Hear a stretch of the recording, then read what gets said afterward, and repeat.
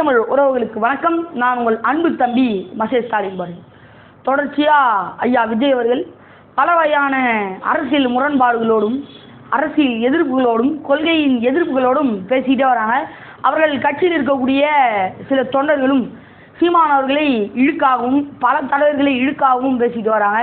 ஒரு சின்ன அடிப்படை அரசியல் அறிவு இல்லை, இந்தியாவினுடைய அரசியல் அறிவு இல்லை, தமிழ்நாட்டினுடைய அரசியல் அறிவு இல்லை, இவங்களாம் என்ன மாற்றத்தை உண்டாக போகிறாங்க அப்படின்ட்டு தமிழ்நாட்டில் இருக்கக்கூடிய பல வகையான கட்சியில் இருக்கக்கூடிய தொண்டர்களும் தமிழ்நாடு மக்களும் தொடர்ச்சியாக எழுப்பிட்டு இருக்க கேள்வி இது. இவர்கள் அரசியல் அதிகாரத்தை பிடிச்சு என்ன பண்ண போகிறாங்க, தமிழ்நாட்டு மக்களை எந்த வகையில் கொண்டு போகிறாங்க அப்படிங்கிறது தான் இந்த காணொலியில் நம்ம விரிவாக தெளிவாக பார்க்க போகிறோம். வாங்க காணொலிகளில் போகிறோம். கட்சியில் ஆரம்பித்த ஐயா விஜய் அவர்கள் அரசியல் கட்சி ஆரம்பித்த உடனே பல முரண்பாடுகள் ஐயா விஜயிடம் வந்து முதல்ல அறிக்கை வெளியிட நான் கட்சி தொடங்க போகிறேன் அப்படின்னாரு. எங்களுக்கு ரொம்ப துணிச்சலாக இருக்கும், தமிழ்நாட்டில் ஒரு மாற்றுப்பாதையாக நாங்கள் வந்திருக்கோம், அதாவது அதிமுக திமுக தவிர்த்து நாங்கள் ஒரு மாற்றுப்பாதையாக வந்திருக்கோம், புதிய அரசியல் ஒன்று நிறுவ போகிறோம் அப்படின்னு பல வகையான பேச்சுக்களை சொன்னார். செய்யலாம் இல்லை, வெறும் பேச்சு தான், வாய் வெளி தான், திமுக போல் வெறும் வாயாக தான் இருந்தது, வெறும் பேச்சாக தான் இருந்தது. பேசிக்கிட்டே இருந்தார், அறிக்கை வெளியிட்டார், மக்களிடம் காணொலி மூலமாக தோன்றி பேசினார். இது வகையான பல வகையான செயல்கள் செஞ்சாலும் அவர் செயல்பாட்டிலையும் கொள்கையிலையும் அரசியல் கட்சியிலும் பல வகையான முரண்பாடு இருந்தது. முதல்ல முரண்பாடு என்னன்னா, இவர் அறிவித்தப்போ எங்களுக்கு துணிச்சல் நிறைய இருக்குது, நாங்கள் இறங்க போகிறோம் அப்படின்னு சொன்னேன்னு அவர் இறங்கி ஒரு 3 மாதமும் அதுக்குள்ளேயே வந்து மக்களவை தேர்தல் வந்துச்சு. அவ்வளோ தைரியமாக இருந்தால், துணிச்சலாக இருந்தால், தில்லாக இருந்தால், தமிழ்நாடு மக்களுக்கு மாற்றுப்பாதை அளிக்கணும் அப்படின்னா மக்களவை தேர்தலுக்குள்ளேயே போயிருக்கலாம். மக்களவை தேர்தலுக்குள்ளேயே போய் தமிழ்நாட்டு மக்களுக்கு எவ்வளோ தேவை இருக்குது, அந்த தேவைகளெல்லாம் நிறைவேற்றி கொடுத்துருக்கலாம், அரசியல் அறிவுகளை மக்களுக்கு பெற்றுக் கொடுத்துக்கலாம். ஆனால் இது எதுவுமே செய்யலை. இது ஒரு முரண்பாடு, கட்சி கொள்கை முரண்பாடு. சரி, ஒரு மாநாடு போட்டார். மாநாட்டில் என்னென்ன தொண்டர்களுக்கு என்ன சொல்லணுமோ அவங்களுக்கான என்ன சொல்கிறது அந்த ரூல்ஸ்ன்னு சொல்லுவாங்களே, சட்ட வரைவு சொல்லுவாங்களே, சட்ட வரைவு சொல்லியிருக்கலாம். சரி, கொள்கைன்னு ஒன்று சொல்கிறீங்க, கொள்கையை சொல்லியிருக்கலாம். நம்ம இன்னும் உதாரணம் என்ன காட்டுறோன்னு பாருங்களேன். உங்கள் கட்சியிலேயே 2 யானை இருக்குது, கொடியில் 2 யானை இருக்குது. அந்த 2 யானையில் ஒரே நேரத்தில் பயணிக்க முடியுமா? முடியாது. எப்பயாவது ஏதாவது ஒரு யானையில் தான் பயணிக்க முடியும். அந்த ஒரு யானை தமிழ் தேசிய யானையாகவும் இருக்கலாம், ஒரு யானை திராவிட யானையாகவும் இருக்கலாம். இவர் என்ன சொல்கிறார், நான் ஒரே நேரத்தில் 2 சைக்கிளில் ஓட்டுவாங்க, அது திராவிடமாக இருந்தாலும் சரி தமிழ் தேசியமாக இருந்தாலும் சரி, 2 சைக்கிளும் ஒரே நேரத்தில் ஓட்டுற பெரிய திறமைசாலி அப்படிங்கிறது. ஆனால் சரி, அவ்வளோ திறமை இருக்கா, அவ்வளோ கொள்கை அறிவு இருக்கா, தமிழ்நாட்டு மக்களினுடைய பார்வையும் இந்திய ஒன்றியத்தினுடைய பார்வையும் அரசியல் அறிவையும் அறியக்கூடிய அளவுக்கு ஒரு அறிவு இருக்கா அப்படின்னா அதுவும் இல்லை.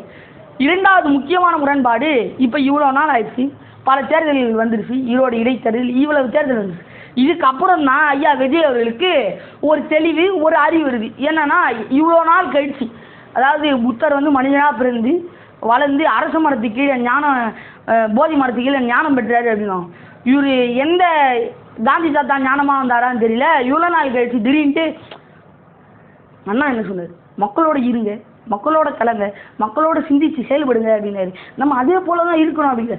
மக்களவை தேர்தல் வந்துச்சு, 2 இடைத்தேர்தல் வந்துச்சு, விக்கிரவாண்டி இடைத்தேர்தல் வந்தது, ஈரோடு இடைத்தேர்தல் வந்தது, ஒரு மக்களவை தேர்தல் வந்தது. இது போன்ற பல தேர்தல்கள் இவர் கட்சி ஆரம்பித்ததுக்கப்புறம் வந்தது. இவ்வளோ தேர்தல்களை எதுவுமே செய்யலை. என்னது, இவ்வளோ தேர்தல்களில் இந்த அறிவில்லை, மக்களோட தான் சிந்திக்கணும், மக்களோட தான் செயல்படணும், மக்களோட நம்ம கலக்கணும் அப்படின்னு இவ்வளோ ஆர்ப்பாட்டமும் நடத்திருக்காரு. என்ன சும்மா பேருக்கு விக்கிரவாண்டியில் போய் பேசியிருக்காரு, செயற்குழு கூட்டம் நடத்திருக்காரு. இவ்வளோ நாள் கழிச்சு தான் மக்களோட நம்ம சிந்திக்கணும் அப்படிங்கிற அறிவு இப்போ தான் வந்துருக்கு. அப்போ இவ்வளோ நாளாக என்ன பண்ணிட்டு இருந்தீங்க? அப்போ இவ்வளோ நாளாக அவங்க அரசியல் அறிவு எங்கே இருந்துச்சு? எழுதி கொடுக்குறவருக்கு இல்லையா? இல்லை சுயமாக சிந்திச்சு பேசுகிறேன் அப்படின்னு உருட்டுறீங்களே, அந்த அறிவு உங்களுக்கு இல்லையா? இது போன்ற பல முரண்பாடுகள் ஐயா விஜய் அவர்களுடைய கட்சியில் இருந்து. சரி, நீங்கள் கட்சி ஆரம்பிச்சிங்க, அண்ணன் சீமான் அவர்கள் சரி நீங்கள் தமிழ் தேசியம் தான் பேச வரீங்க, ஒரு மாற்றுப்பாதையை நீங்கள் உண்டாக்க வரீங்க அப்படின்ட்டு உங்கள் பேச்சில் அவருக்கு தெரியுது. சரி, உடனே சரி நம்ம தம்பி தான் அப்படின்னு சொல்லிட்டு தம்பி அப்படின்னாரு. உடனே நீங்கள் எப்போ பெரியாரங்களுடைய கொள்கை வழிகாட்டி திராவிடமும் தமிழ் தேசமும் ஒன்று அப்படின்னு சொன்னீங்களோ அப்பயே நீங்கள் தம்பி இல்லை அப்படின்னு ஆகிப்போச்சு.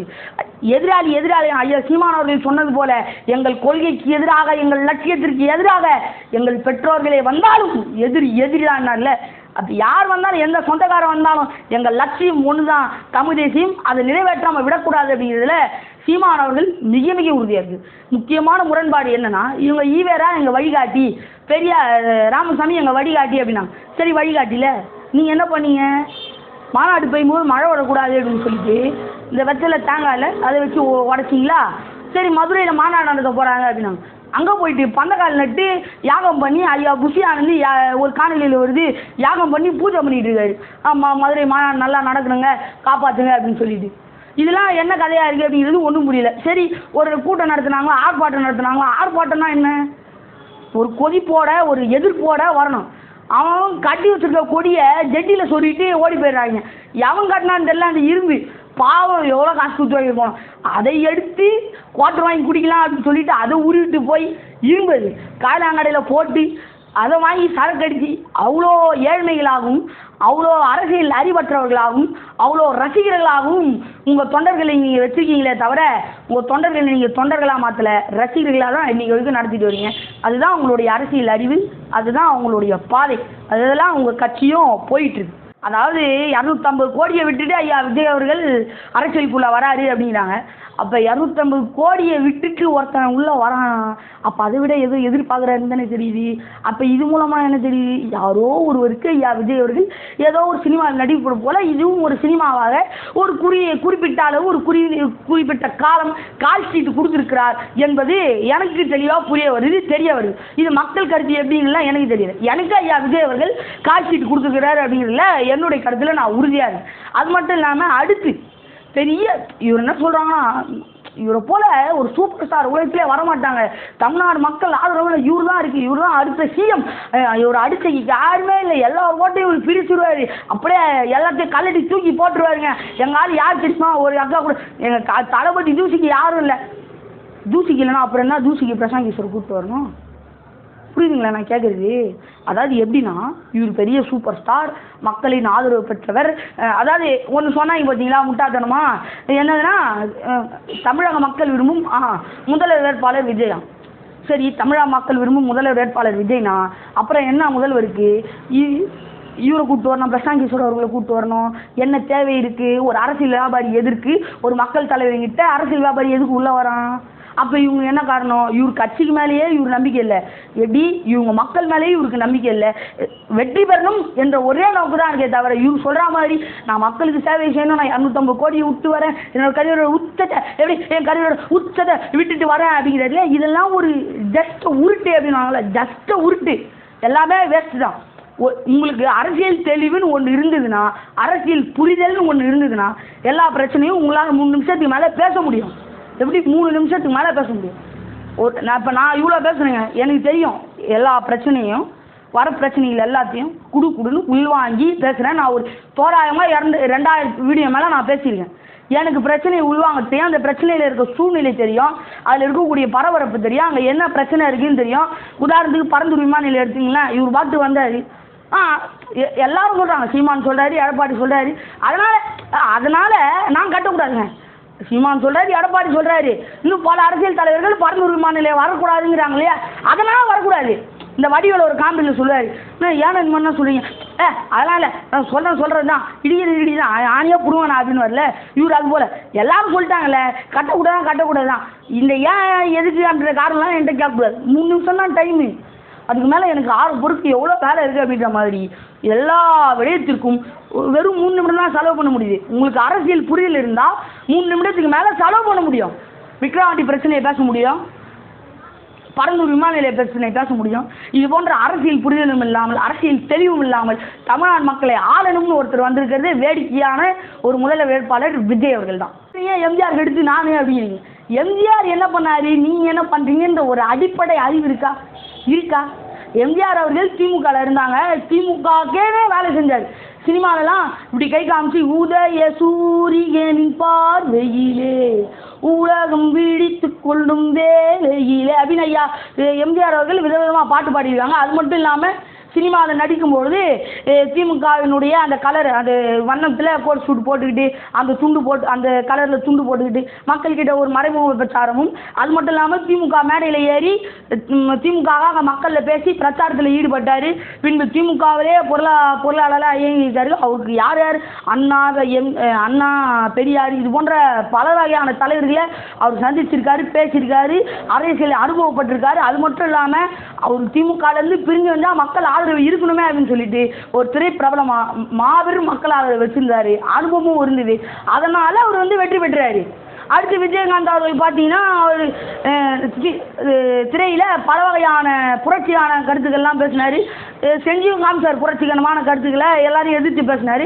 அதனால் அவருக்கு வந்து ஓட்டு விழுந்தது. அவரும் ஒரு தலைவராக மாறினார், எதிர்கட்சி தலைவராக மாறினார்.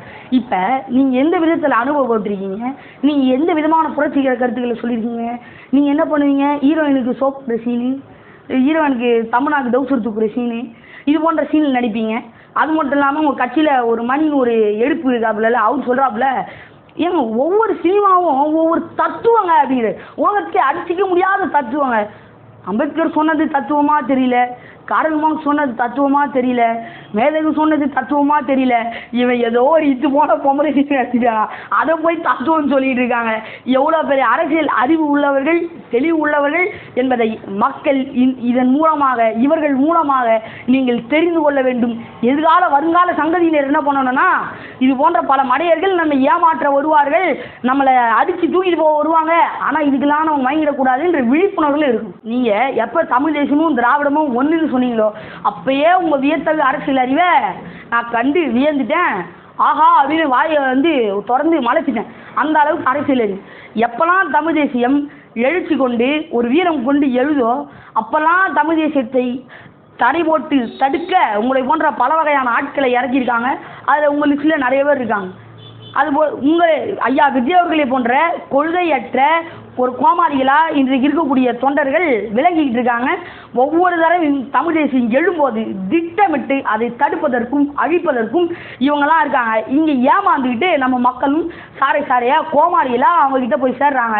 இதுதான் இங்கே தமிழ்நாட்டினுடைய வருத்தமிகு நிலைமையாக இருக்குது. 5 ஆண்டுக்கு ஒரு தடவை தேர்தல் வருது. 5 ஆண்டுக்கு ஒரு தடவை அனைத்து மக்களும் ஓட்டு போடுறாங்க, அனைத்து தமிழர்களும் ஓட்டு அளிக்கிறாங்க. அப்போல்லாம் எங்கள் தமிழ் தேசியம் ஆட்சி அதிகாரம் பிடிச்சிட போதோ அப்படிங்கிற ஒரு பயத்தில் உங்களை போல ஆட்களை இறக்கிக்கிட்டே தான் இருக்காங்க. நம்ம முடிவாக ஒரே ஒரு கருத்து, நச்சுன்னு நறுக்கி வைக்கிறாங்க அப்படின்ற போல ஒரு கருத்து சொல்கிறோம். என்ன அப்படின்னா, தமிழ் தேசியத்திற்கும் தமிழ் இனத்திற்கும் ஏதாவது எதிராக ஒரு கட்சியிலோ ஒரு அமைப்பிலோ யார் ஒருவர் போய் சேர்கிறார்களோ அவங்க அனைவரும் தமிழ் இன துரோகி, தமிழ் இன விரோதி அப்படித்தான் சொல்ல முடியும், அப்படித்தான் அழைக்க முடியும். ஏன்னா தமிழர்களுக்கு இவங்க பண்ணாத துரோகமே இல்லை, செய்யாத விரோதமும் இல்லை.